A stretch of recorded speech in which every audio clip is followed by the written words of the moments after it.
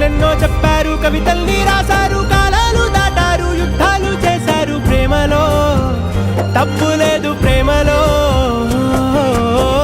వేల వేల వెన్నెలంత మీద వాలి వెలుగునంత మోయమంటే నేను ఎంత రే.